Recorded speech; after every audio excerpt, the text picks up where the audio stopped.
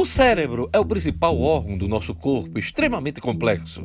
Ele é o senhor do sistema nervoso. Apesar do avanço da ciência, em particular da neurociência, o homem está longe de desvendar os segredos do cérebro. O conhecimento do cérebro pode explicar muita coisa: os hábitos de consumo, os vícios, o gosto por determinado tipo de música, a diferença entre homens e mulheres, as dificuldades de aprendizagem, a fé religiosa, o porquê esquecemos coisas no dia a dia, o comportamento violento. Meu convidado da semana é o professor Siddhartha Ribeiro, do Instituto do Cérebro da UFRN. O pesquisador e sua equipe foram selecionados pelo Google para avaliar deficiências cognitivas no ambiente escolar. Professor, o cérebro é o principal órgão do corpo humano, bilhões de neurônios, uma complexidade enorme. A neurociência já mapeou totalmente o cérebro? Não, de jeito nenhum. Sua pergunta é boa, Diógenes, porque a neurociência realmente avançou muito e às vezes as pessoas podem ter a sensação de que nós descobrimos como o cérebro funciona. Mas na verdade a gente apenas começou o trabalho. O cérebro é muito complicado, tem processos acontecendo em muitos níveis diferentes, então os genes são importantes, o RNA é importante, as proteínas são importantes, a atividade elétrica é importante, a integração de tudo isso vai demandar muito estudo, mas já houve bastante avanço, tanto na parte da pesquisa básica, como são quais são os mecanismos dos processos neurais, como na parte da pesquisa aplicada. Existe muito avanço, por exemplo, no combate às doenças neurodegenerativas. Pelo que se conhece até agora, como é que o cérebro funciona? Essa pergunta é uma pergunta que poderia ser respondida em alguns anos de conversa, mas a gente pode dizer que o cérebro, de modo geral, tem uma porta de entrada para informações do mundo exterior, né, os sentidos, a percepção, e tem uma porta de saída para ações, então o sistema, a coordenação entre o cérebro e o sistema muscular. No meio de tudo isso, tem um monte de processos de seleção e estocagem de padrões, estocagem de relações.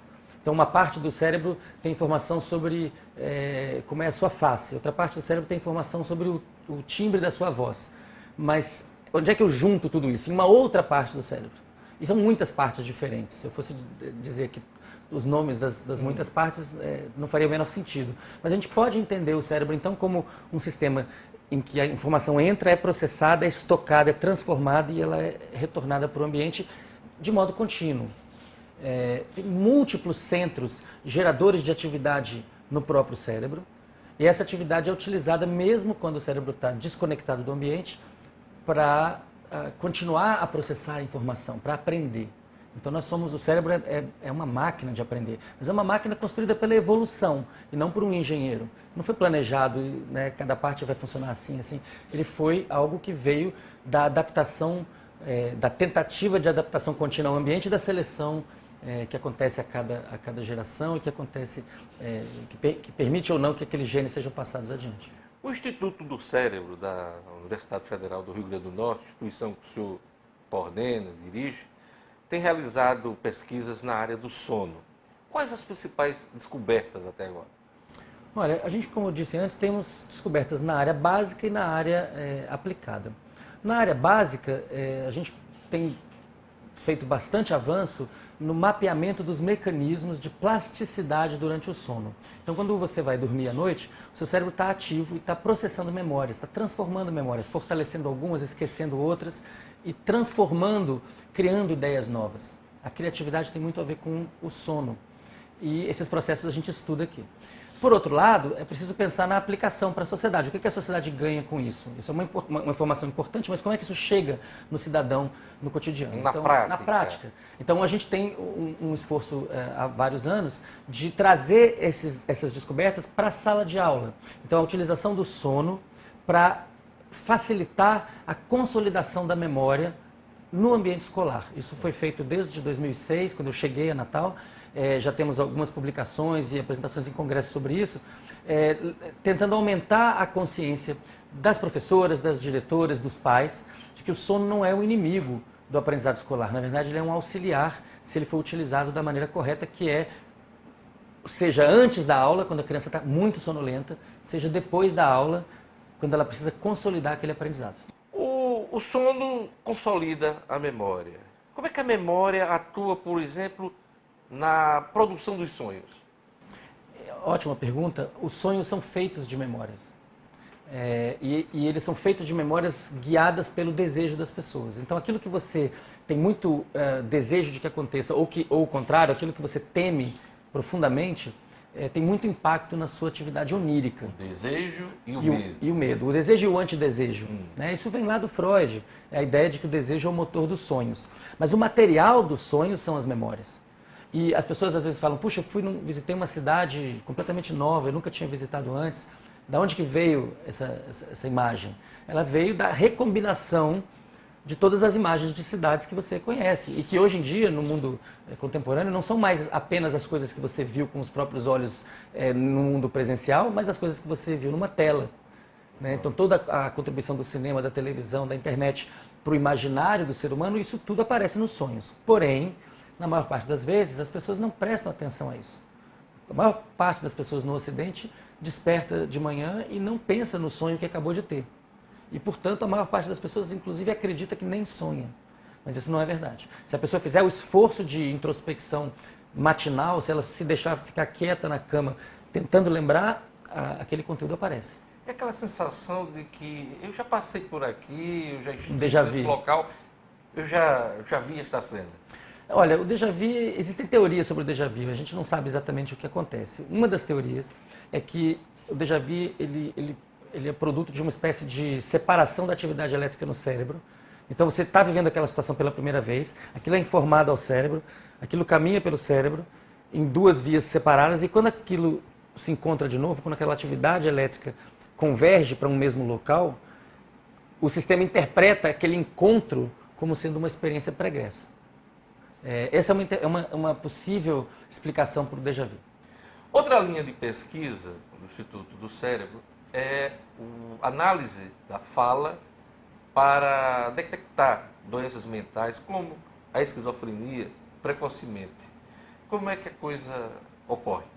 Olha, isso foi uma pesquisa também iniciada lá em 2006, 2007 e começou pela psiquiatria, depois foi para a neurologia, depois agora chegou à educação. Os achados mais recentes foram publicados agora esse ano numa revista muito boa chamada Schizophrenia, do grupo Nature, mostrando que é possível, com uma acurácia de 92%, saber na primeira entrevista com um adolescente psicótico se aquilo vai chegar a um diagnóstico de esquizofrenia. Isso é importante porque quando o diagnóstico é feito precocemente, é possível fazer uma intervenção que impede que aquilo se cronifique, que aquilo se aprofunde. Os surtos psicóticos não medicados podem causar muitos danos cognitivos. Então, é fundamental evitar, desde o início, que aquilo se instale e progrida. Nesse sentido, esses exames são uma experiência muito boa, porque são exames muito baratos, uma tecnologia totalmente desenvolvida aqui. Nós fizemos um programa, um software que está disponível para a população no website do Instituto, www.neuro.ufrn.br. Vamos devagar para o nosso... www.neuro.ufrn.br. Então, esse software se chama Speech Graphs, é utilizado no mundo todo, e foi por causa disso que a gente conseguiu, na verdade, nos últimos anos, até financiar o nosso laboratório com pesquisas de ponta, que são baratas de se fazer, mas que têm interesse internacional. Professor, e o ambiente escolar acabou resultando numa seleção do Google, na América Latina, para o Instituto do Cérebro. Na verdade, pesquisador do Instituto do Cérebro. Qual foi a seleção, a pesquisa selecionada pelo Google? A pesquisa selecionada é uma pesquisa sobre o uso dessa análise matemática, que tecnicamente a gente chama de análise de grafos, para mensurar as capacidades cognitivas das crianças em alfabetização. É um trabalho que a gente já vem fazendo há alguns anos e fizemos essa proposta agora, foi aceita, foram 27 trabalhos premiados em toda a América Latina, o Brasil levou vários e o Rio Grande do Norte levou 2 aqui na UFRN, nós aqui do Instituto do Cérebro, eu como professor e a aluna Ana Raquel Torres, e no IMD, no Instituto Metrópole Digital, o professor César Renault com a aluna Ana Cláudia Silva, que também faz parte aqui do Instituto do Cérebro. A gente trabalha em colaboração com o IMD. Então foram 2 prêmios para o Nordeste, na UFRN, e o que é interessante é com mulheres nos prêmios, porque desses 27 premiados, professor e aluno são 54, só 6 mulheres. E dessas 6, 2 aqui no Rio Grande do Norte. Então, a matemática pode revelar capacidade de leitura? Sim, ela pode revelar capacidade de leitura e pode fazer isso de uma maneira independente de variáveis mais, digamos, genéticas, como, por exemplo, o QI. Então, o que é importante desse tipo de estudo é a potencialidade para fazer uma avaliação dia a dia, em tempo real, de como os alunos estão se desenvolvendo. O objetivo de mais longo prazo é uma educação mais personalizada, uma educação onde o professor tem acesso com mais detalhes a como cada aluno está indo, utilizando o processamento matemático automático daquilo que as crianças podem falar. Entende reforçar ou não. Isso, e ela possa então selecionar e dizer, esse aqui precisa de mais atenção, está ficando para trás, esse aqui precisa de ser estimulado e para frente. E aí entra essa pesquisa de sono na escola, uma pesquisa que mostra que você pode aumentar a durabilidade da memória quando a criança aprendeu alguma coisa importante. Se nós tivermos um método de automaticamente saber quando houve esse avanço, naquele momento o professor pode dizer para aquela criança, por favor, vem cá, separa ela e fala, você vai se alimentar e dormir, para poder consolidar esse aprendizado. E como é que vai funcionar a bolsa do Google para os pesquisadores aqui do Rio Grande do Norte? Essa bolsa dura 1 ano e ela é renovável, e ela financia a bolsa do aluno, da aluna, nesse caso a Ana Raquel, e mais ou menos o mesmo valor para o professor. E o que nós vamos fazer é coletar dados de crianças em idade de alfabetização, para um total de 200 crianças, coletar vários tipos de testes psicológicos que são relevantes e fazer a análise matemática para que daqui a 1 ano a gente possa fazer um relatório do que foi alcançado. E espero que a gente possa renovar o projeto. Revolução psicodélica.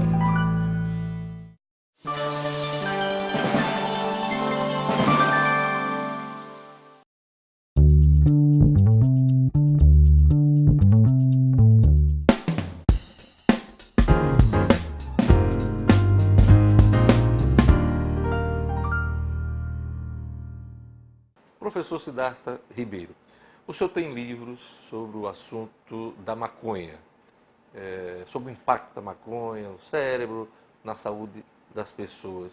O que o senhor tem a dizer a respeito disso? Olha, sobre a maconha especificamente, é preciso que as pessoas entendam que maconha é remédio. Maconha é um ótimo remédio, é um remédio milenar e foi perseguido pelas piores razões. Não estou dizendo que maconha é bom para todo mundo. Toda substância, toda droga tem grupos de risco. Todas as drogas que estão na farmácia, na drogaria, têm grupos de risco, basta ler a bula. E muito se compra remédio hoje em dia. Muito se compra remédio hoje em dia. Tratar a maconha como se ela fosse pior do que aquilo que está na farmácia é um erro, e é um erro que está sendo revertido rapidamente, sobretudo pelos pais de crianças portadoras de doenças que necessitam de um tratamento com maconha. Ou pelos próprios pacientes. É o caso da epilepsia, de vários tipos de epilepsia, é o caso inclusive de pacientes com câncer, é o caso inclusive de diabetes, é o caso de várias enfermidades, Parkinson. A doença de Parkinson pode ter ótimo efeito terapêutico da cannabis medicinal, da maconha medicinal. Então eu tenho feito uma campanha mesmo, esclarecedora da população. Né? Nos Estados Unidos essa discussão já avançou muito, a maior parte dos estados norte-americanos em alguns países, agora, e vários Uruguai, países, né, permitem o uso medicinal e recreacional da maconha. É uma substância bastante segura no âmbito de todas as substâncias que estão à disposição. Não é completamente segura, é preciso que seja regulada. Quando a gente fala em legalizar a maconha, a gente não está falando em liberar geral, a gente está falando em regulamentar. Na verdade, liberar geral é o que tem hoje, em que a pessoa pode obter qualquer substância que queira, de péssima qualidade, de pessoas muito suspeitas e com sem nenhum controle. Uma corrupção generalizada do sistema, porque a gente sabe que para isso poder funcionar, o mercado negro das drogas exige também a corrupção da polícia, do judiciário. Então é um câncer social que só pode ser resolvido legalizando. Na verdade, eu pessoalmente não acho que a gente deva legalizar apenas a maconha. A maconha é o caso mais fácil, a maconha é remédio. mas a gente deve, pela sanidade da sociedade brasileira, legalizar todas as substâncias e regulamentar todas. Então, o senhor é a favor de uma descriminalização geral? Uma legalização geral. Legalização geral. Por quê? Porque as substâncias não existem, as substâncias do bem e do mal. Não tem as substâncias do demônio e do Senhor. O álcool é glorificado na televisão como se fosse trazer sucesso profissional e amoroso. E a gente sabe que o álcool pode causar muito mal. O álcool é uma droga bastante perigosa. Eu não estou advogando que ele seja ilegal. Eu estou advogando que ele seja regulamentado, como ele é. Poderia ser mais regulamentado. A gente poderia, por exemplo, não ter propaganda de álcool na televisão. Acho que seria bom para a sociedade. Agora, tratar a maconha ou outras substâncias como uma substância do mal e criar muito mal por causa disso, não é racional. O que é racional é que as pessoas produzam uma substância de qualidade controlada, com teores controlados, no caso da maconha, pelo menos do THC e do canabidiol, do CBD, que aquilo não seja adulterado, que seja vendido por uma pessoa que paga impostos e que não mata a concorrência quando está insatisfeito. E quais são os grupos de risco nessa questão de liberar as drogas de uma maneira geral?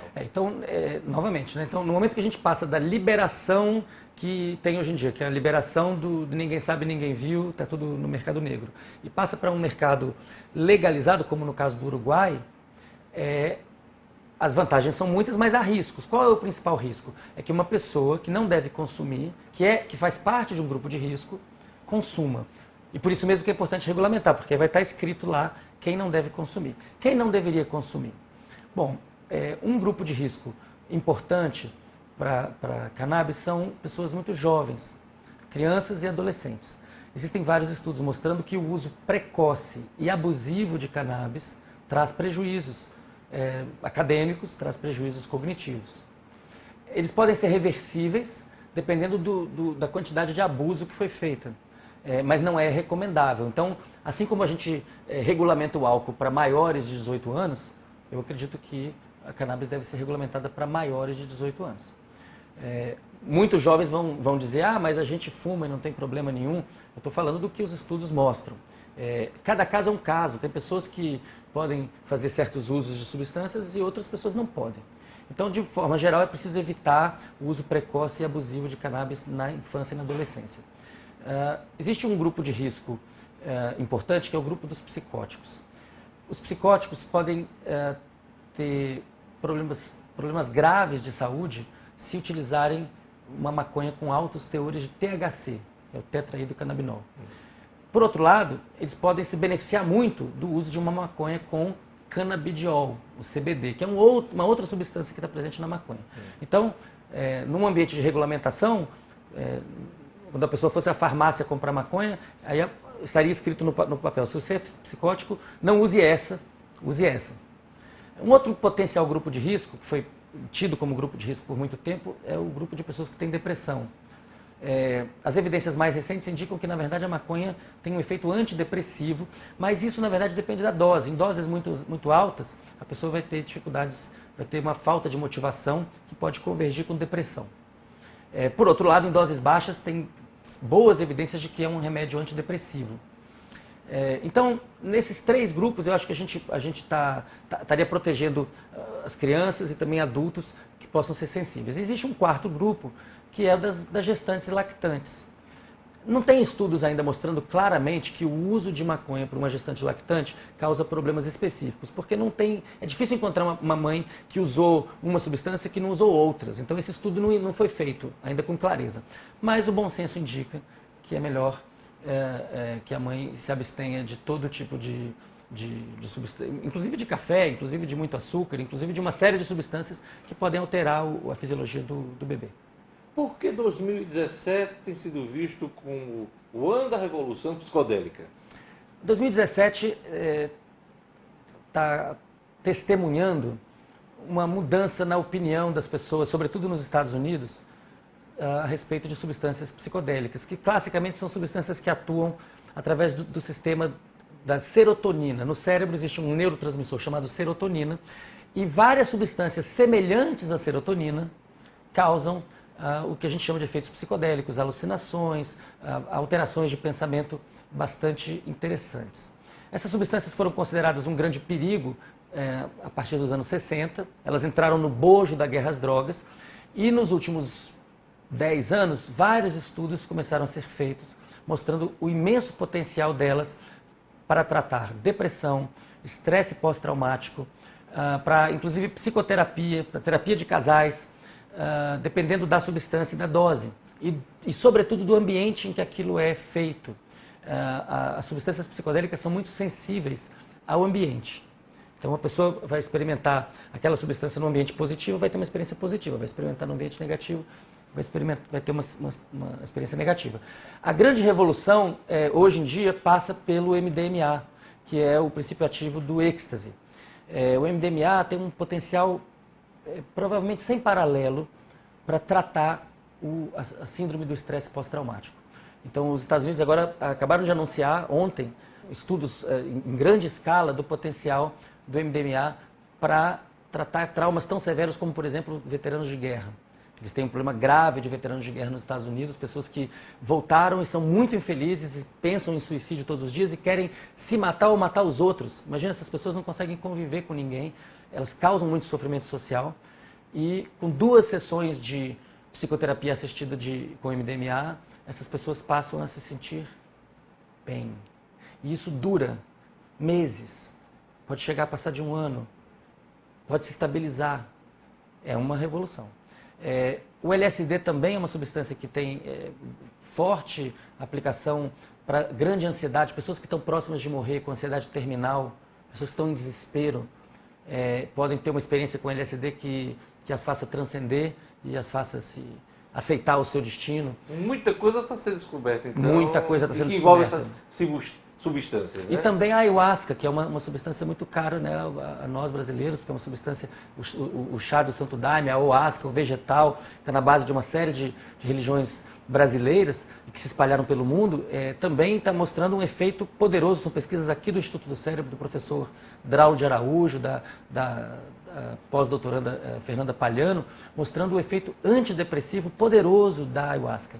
Então, a revolução psicodélica é a compreensão de que substâncias que têm uso milenar, inclusive, uso xamânico, como remédios, são de fato remédios. É a ciência compreender, e agora as pessoas em casa entenderem, que essas substâncias podem de fato ajudá-las se tomadas num contexto adequado. O assunto é recorrente, mas numa entrevista longa como essa, não posso deixar de perguntar. Por que os pesquisadores do Instituto do Cérebro se afastaram do projeto do Instituto Internacional de Neurociência, coordenado pelo professor Miguel Nicoleles em Macaíba? Diógenes, uma profunda divergência de concepção de como você trabalha junto.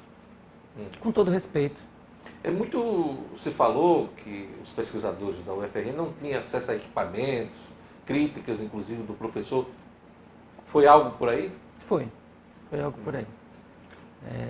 Existem pessoas que acreditam que o cérebro tem neurônios faraós, que comandam todo o resto do cérebro. E tem pessoas que acreditam que o cérebro é uma rede de neurônios que trocam informações de maneira mais paritária.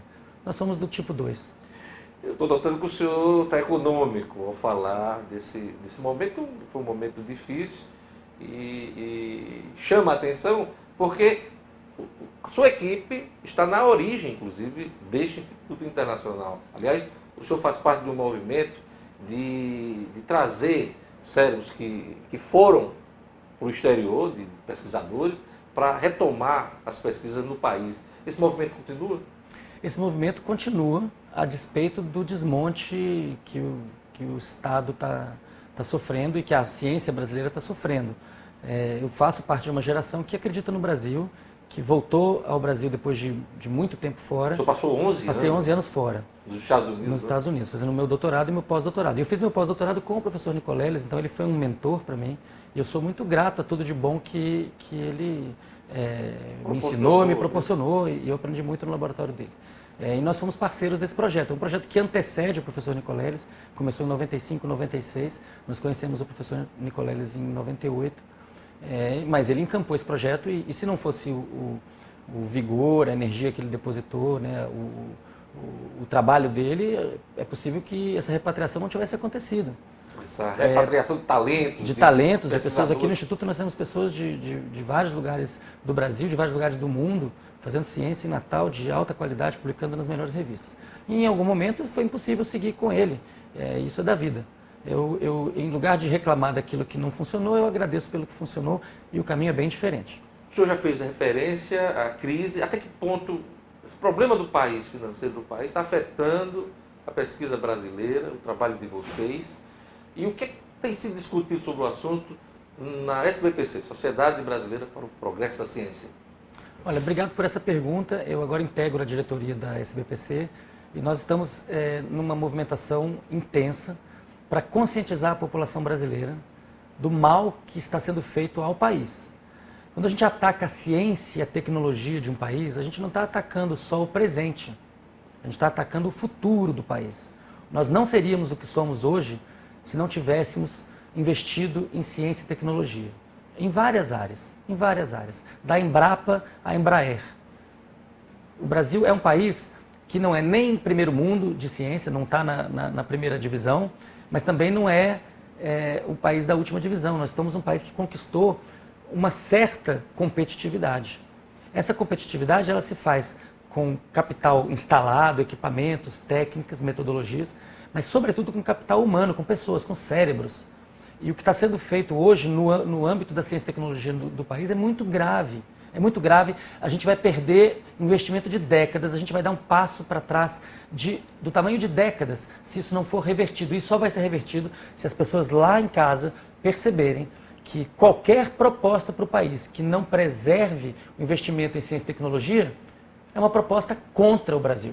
No caso do Instituto do Cérebro aqui no Rio Grande do Norte, me cita um exemplo prático aí dessa falta de recursos. Olha, vários de nós tivemos projetos aprovados, por exemplo, no CNPq, que não são pagos, ou quando são pagos com 10% do valor. Se você propõe fazer uma determinada pesquisa e você fala, eu preciso de tanto dinheiro para fazer essa pesquisa, para comprar um equipamento e poder fazer a pesquisa, e você recebe 10% daquele valor, você não vai comprar o equipamento, você não vai fazer a pesquisa. É a mesma coisa que não ter. E há também equipamentos caros, precisam equipamentos de muito manutenção, caros, que né? precisam de manutenção, e às vezes a gente tem um equipamento caríssimo que não funciona porque não tem dinheiro para comprar uma substância relativamente barata. Então, isso está afetando toda a ciência brasileira. Não há bolsas para os alunos, há poucas bolsas. É muito importante nós resistirmos. O Brasil é um país muito grande. É um país que não tem vocação para ser apenas vendedor de soja, vendedor de manganês. A gente tem que vender ideias, vender inteligência.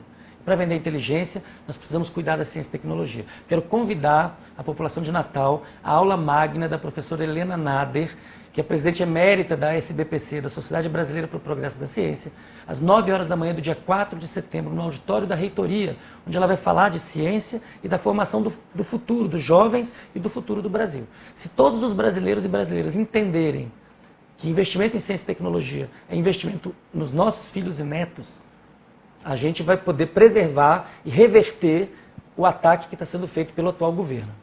Dias melhores virão. Vamos acreditar. Dias melhores virão. O Brasil não tem vocação para ser pequeno. Obrigado, professor, por sua entrevista. Obrigado, Jorge.